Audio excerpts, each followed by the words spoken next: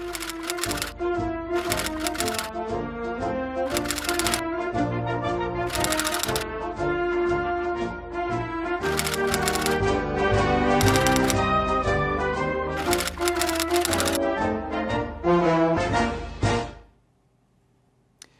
evening and welcome to Chasing the Facts. Today we have as our guest Mr. Jon Kurland, or maybe I should say Dr. Jon Kurland.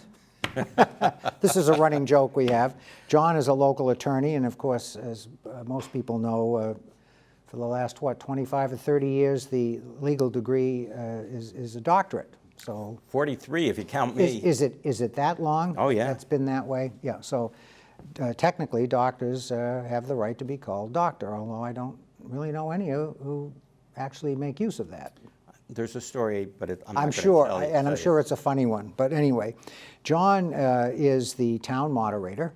The moderator is responsible for managing and running our town meetings, and so we have Jon on tonight because Chelmsford has a town meeting coming up the last Monday in October. It's coming up fairly quickly. The 19th, actually. Actually, I'm sorry, I correct myself. I'm in a rut because it usually is. If I go the 19th, a lot of people are going to be unhappy. A lot of people are going to be unhappy. So it's actually the 19th, so I stand corrected, and thank you for that. And we thought we'd have Jon on tonight to talk a little bit about how town meeting is managed and run, specifically in Chelmsford, and some of the interesting things that come about. So the first thing I'm going to ask Jon to do is just give us a very quick personal bio, and we ask that of every guest, so if you would kind of introduce yourself with that, we'd be very grateful.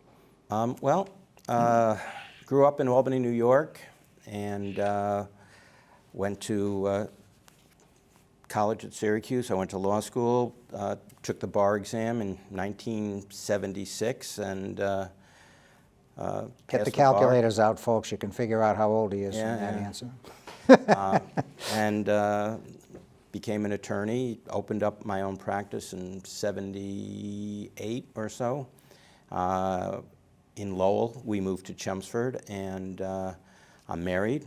My wonderful wife of 46 years, and we have 2 children, Rachel and Scott, who went to school in the Chelmsford school system. My wife was actually a guidance counselor in Chelmsford. And I've done a lot of volunteer work for various nonprofit organizations, Goodwill of Merrimack Valley, Greater Lowell Alzheimer's Association, YMCA, currently Lowell Rotary Club and Lowell House. Been chairman of most of those boards or president. And at one point I decided to ask my golf partner, Dennis McHugh, who was the moderator at the time, and I really was not involved in town politics at all and really didn't even know what a moderator actually did. I asked him, I said, well, I'd like to do something for the town. And he says, well, you know, there's an opening on the finance committee. I said, well, how do I get to do that? And he says, well, I'm the one who appoints the finance committee. So I said, he says, I'm looking for an attorney. And I said, well, you know, I'll be glad to do it. So I spent 8 years on FinCom, served a few of them with you, ran for selectman, became a selectman, and then decided to run for town moderator, and that's where I am. Here we are. And I think you've had a very successful run in all of the public offices you've had, and especially as moderator. The meetings have run very well. And we get through our business in a reasonable amount of time. So now one thing that is of particular concern this particular year, obviously, is the COVID-19 situation. And so we've already had one town meeting, the spring town meeting, under the COVID-19 protocols. Then we also had a special town meeting in June to consider the Warren Pole Farm acquisition. That was held in a high school auditorium. Right. The spring one was held in the high school gym, and now we have the upcoming town meeting, the fall town meeting, October 19th, which will also be held in the high school gym. So If you could, just, John, give us a little bit of a background as to how you went about making the decisions, how to conduct these meetings, trying to follow the COVID-19 protocols as best as you understood them at the time. And I understand there have been some changes since you first started that process. And I'm very interested to have this message get out because we had a recent accusation by a member of the Board of Selectmen that there had been very poor planning for these events. And my understanding of what actually went into all of that and the work that you and others did, it was quite the contrary. It was actually very good planning and good preparation. So if you could just give us a little bit of an insight into what you did and how you plan on managing the meeting going forward. Okay, thank you. Well, our original Springtown meeting was going to be in April, and COVID had sort of exploded in the consciousness in March, and nobody really knew what to do. The governor was basically enacting some protective legislation, if you want, not really legislation, executive orders, I guess, so that we really couldn't gather as groups. And we decided to put off town meeting until late June. And we started to investigate how we were going to actually do town meeting. We looked at some virtual options because a lot of people are using Zoom, which is a, it seems to be one of the platforms of choice for many people, but there are some logistical issues, particularly regarding voting. And I was working both with the town manager. He was the first one I really contacted and said, how are we going to do this? I was in touch with Ken Lefebvre, chairman of the Board of Selectmen at the time, now Select Board. Was in touch with Sue Rosa, who was the head of our health department, and Gary Persichetti. And we decided that legislatively, we're supposed to have it within the confines of the town limits. Mm-hmm. And the only forum that we could have it, we could have had it, I think, in the football field, but we meet early evening, 7:30, and in the summer, in June, you're hitting dusk. Bugs are coming out like crazy at that time, but you're also really subject to the whims of the weather gods. Mm-hmm. And if all of a sudden we had the type of rain that we had this morning, we would have been washed out. And the problem is that once you declare where town meeting is going to be, you can't all of a sudden say, like a wedding, if there's a wedding and there's a problem with the tent, you can say, well, let's go into this, this other building in this function room. You can't move it. I think that's what was not understood, because what I got from the essence of the complaint was, well, what's the backup plan if you have to cancel at the last minute? And what you just said is, essentially, you can't do that. Right. As a matter of fact, when we postponed the April town meeting, there was a protocol that was in place, and the legislature really had been trying to work on the town meeting issue. Mm-hmm. I mean, it was clearly virtually a universal problem, except for the large cities. And I actually had to go to the senior center and announce publicly, in the presence of at least one witness, and you were there, and the chairman of the Board of Selectmen was there, to announce that we're postponing the town meeting and setting it up for a new date. And at that time, we had pretty much made up our mind, I believe, that we were going to have it in the high school gym. The high school gym had enough space so that we could sit 6 feet apart from each other. The airflow situation was acceptable and clean. Everyone was going to have to wear masks. We were going to sanitize everything in the gym. We were going to sanitize the microphones between usages. and we felt that that was the best option. I did look into the Lexington town meeting, which was virtual, and I spoke with the moderator, Deborah Brown is her name, and Lexington, we normally have 2 or 3 nights, sometimes we have 4, rarely do we have 5. Lexington is always 4 and often 6 nights. And she explained that we both use the same town software. It's called Option Technology. Is this for the voting? No, well, yes, Yeah. for the electronic voting. And we discussed, you know, what are the challenges with having a remote town meeting. And basically what Lexington did, and they had a lot of resources, they sent a video to all of the town meeting reps to show them how to go, because you have to go from one browser to another, one to vote and one to attend town meeting. And they set up a help desk with 4 or 5 different individuals who were answering calls from the town meeting reps on, okay, you know, my vote was not cast the way that I indicated that I was supposed to cast it. You know, she was very proud that she was the first one in Massachusetts to run a virtual town meeting, but it was certainly problematic. When we have town meeting in person, we have the electronic voting.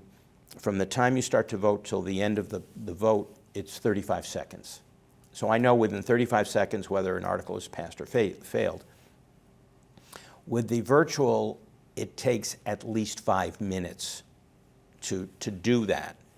And again, people were calling up the moderator during town meeting and basically saying, my vote wasn't cast, or you know, I said yay and I meant to say nay, or whatever the problems were. So the first 2 nights were quite challenging for the moderator and for the town meeting reps. You know, this is not a situation where if you have a smartphone and that is what you use, which many people do now, because they can get the internet and everything, you can't use that for town meeting. Now, if you go through a situation like Lexington did, wouldn't the possibility is that could cast some doubt on the integrity of the meeting? I mean, not because you know, people are deliberately trying to do something wrong, but just because you're having all these logistical problems. I mean, I would imagine somebody, if they wanted to challenge something, might have some basis to do that. Well, I had been working with Ted Lutter, who's our IT person in town, and I had explained to him about the Lexington experience, and Lexington was fortunate because they had a selectman who was like an IT specialist, and he created a portal so that it could facilitate some of the problems.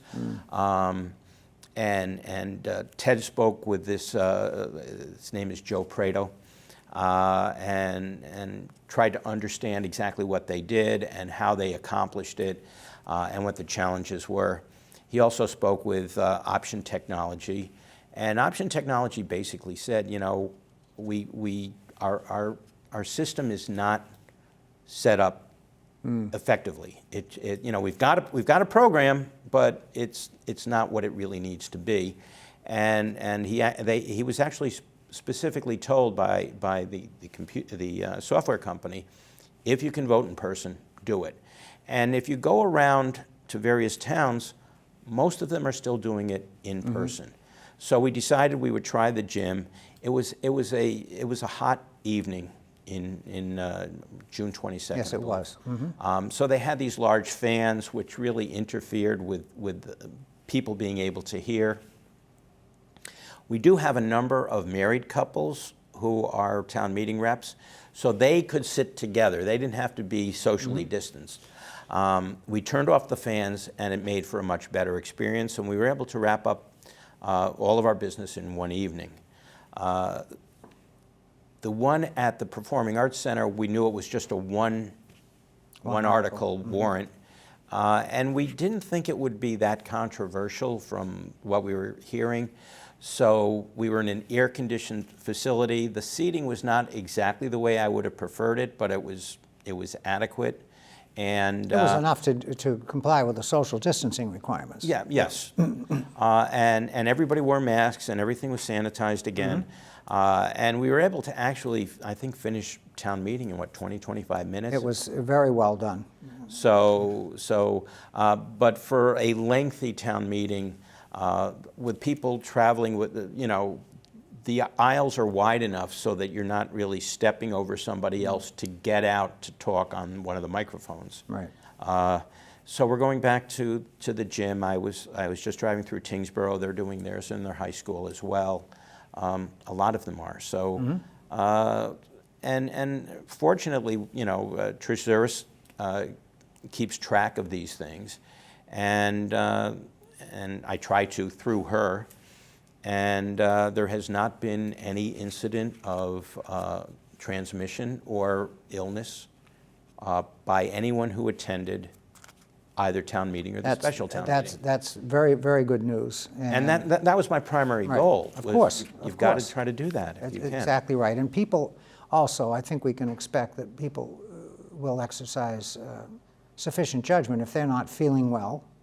If there's any doubt whether or not they should attend, I think we can pretty much, I know most of the town meeting representatives, and I think we can pretty much rely on their good judgment to act appropriately and not show up if there is any doubt. Right, and matter of fact... Or even if they feel uncomfortable. I just sent Trish my semi-annual letter to the town meeting reps, and I made it very clear, if you're not feeling well, stay home. Right. If you've got a fever, stay home. If you're coming, wear your mask the entire time you're there.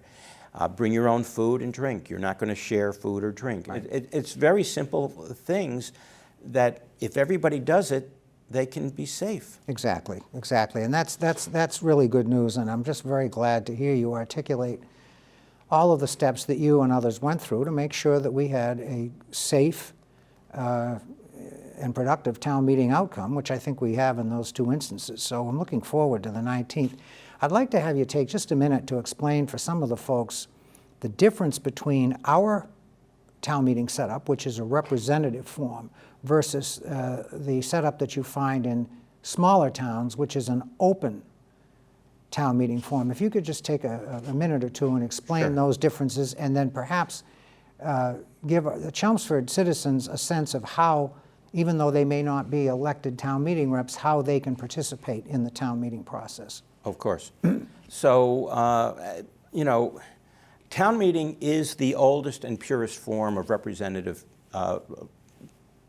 government. And going back to even pre-colonial times, if you will, they had... Isn't it unique to New England? It is. Okay. It is.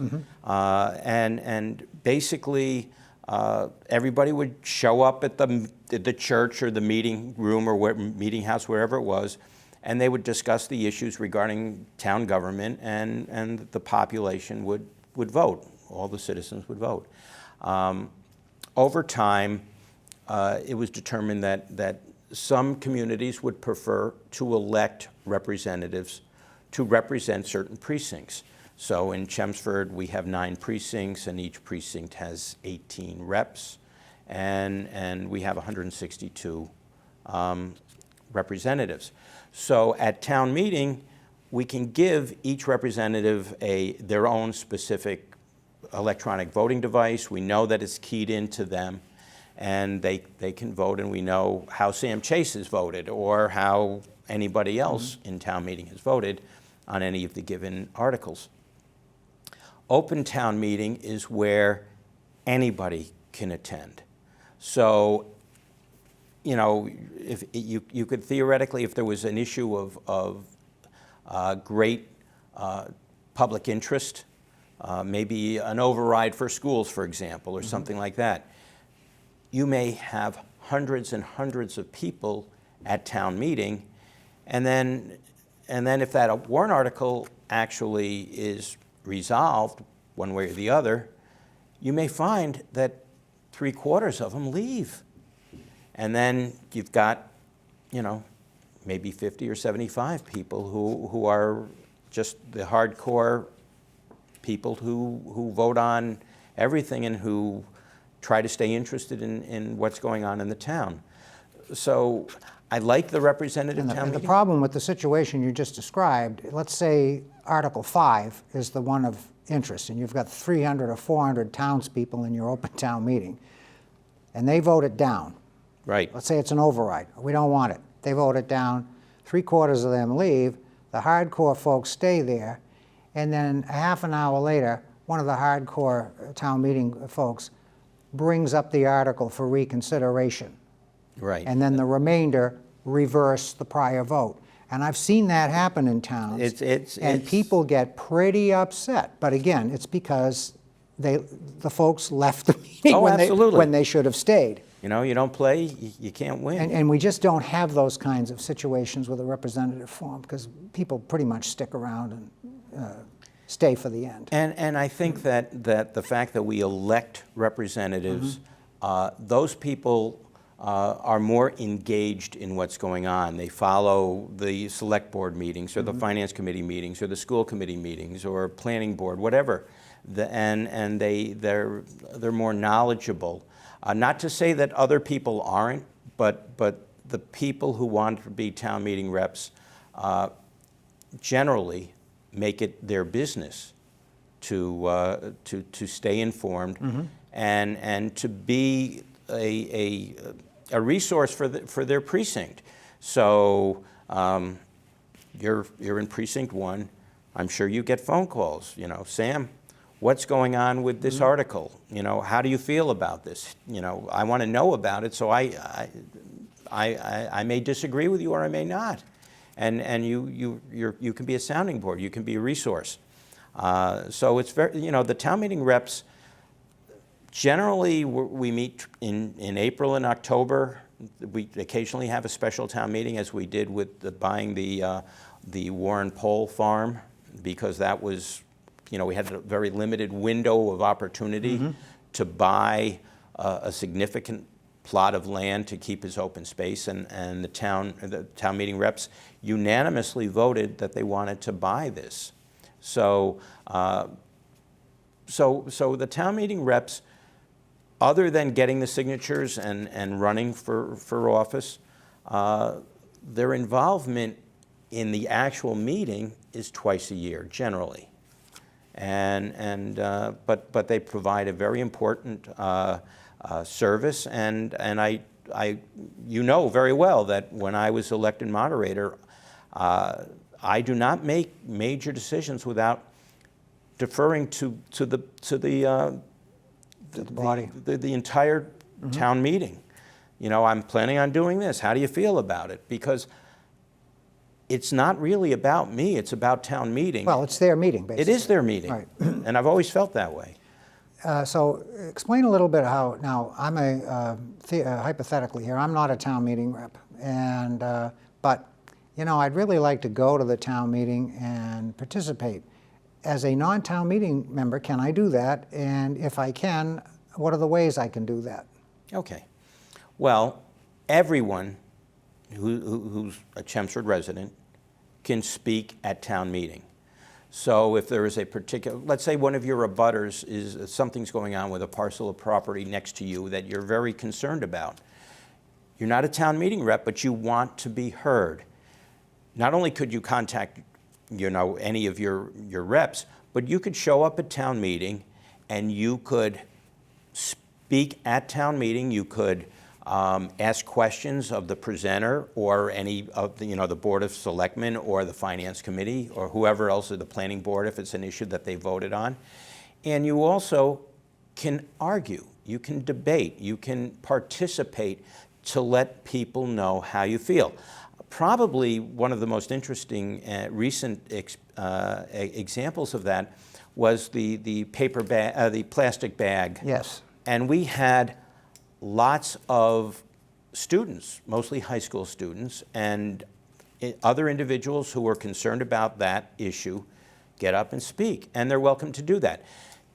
And I think that, you know, let me interrupt for a second, because I think that is an excellent example, and this is just my opinion, could be wrong, but my sense is because that article was brought up a year or two before and it failed.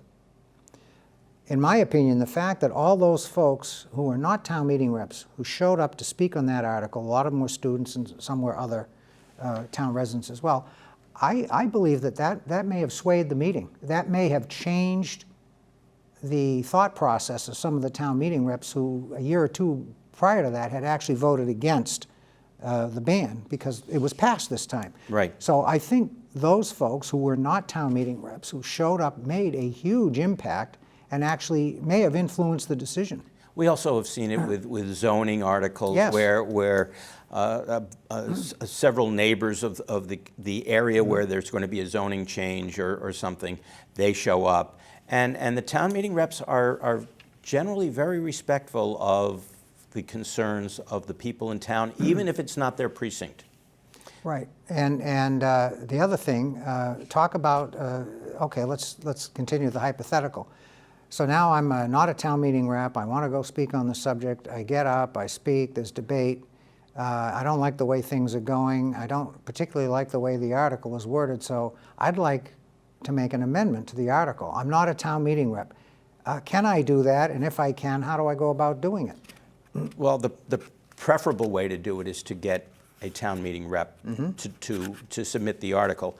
Amendments are sort of, they're sort of tricky things to do. You can't go beyond the scope of what was presented in the warrant.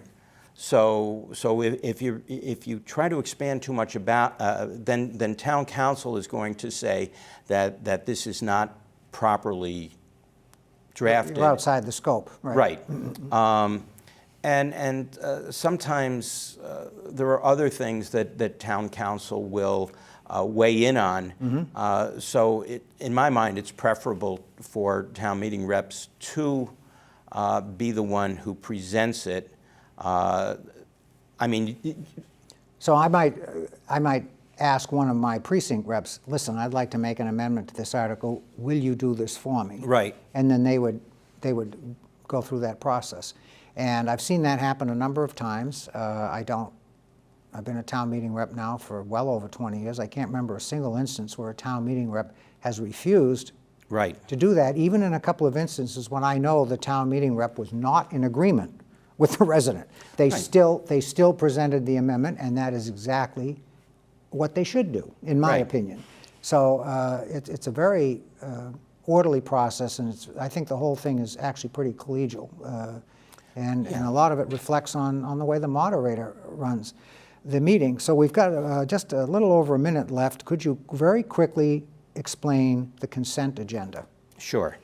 One of the things that some towns had done, which we had not been doing, was they would bundle a bunch of routine articles together for one vote. And these would be articles that we pass in the normal course of events, money from sales of cemetery lots, and how do we do that? We have to vote on that, but it's never a controversial type of thing. It's almost like bookkeeping. We just have to engage in certain things.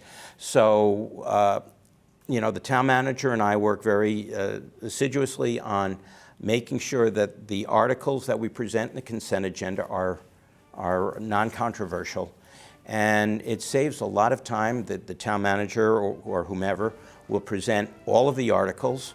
Anybody can still amend them or move to remove them. We haven't seen that. They're voted as a block. But they voted as a block, and saves time. And to be honest with you, time is valuable for every one of these town meeting reps. So I try to be very sensitive of that. Well, John, thank you very much for being on the show. And as usual, we've run out of time, but we'll have you back. So thank you very much.